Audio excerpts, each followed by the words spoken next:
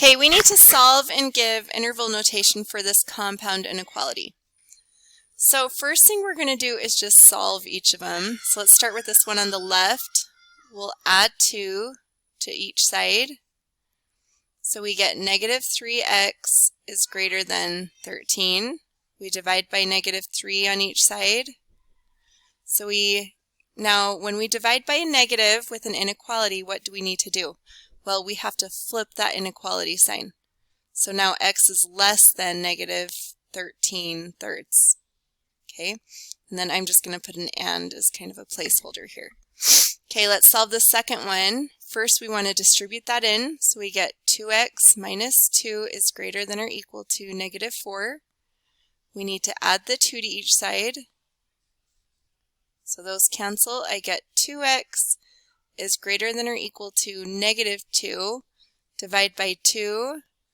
Now, do I need to flip the sign? This 2 is negative on top, but since we're dividing by a positive number, we do not flip the sign. So only flip it if you're multiplying or dividing by a negative number. So we'll get here, then x is greater than or equal to negative 1. Now, if these type of problems are confusing, even like on this problem, it doesn't ask you to graph it. I would just graph it anyway because I think it can help with interval notation. So we have x is greater than or equal to negative 1. So we'll have a closed circle because it's equal, and x is bigger than negative 1. So it's going this way. Okay, 2, 3, 4. Now negative 13 thirds, we know negative 12 thirds would be like negative 4. So it's just a little further. And it's an open circle. Oops, that was kind of bad.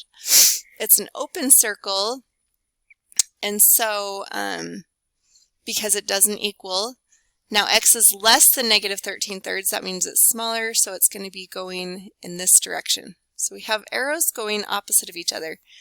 So your first inclination might be to just list the interval notation for each of those, but if you remember, this is an and problem. And when we're looking at these and problems, we're looking at the intersection. If we're looking at a Venn diagram, we're looking at the place where these intersect at. Well, these don't intersect anywhere, do they? And they're never going to. And so this one is a D and E. This solution does not exist because these lines never cross each other.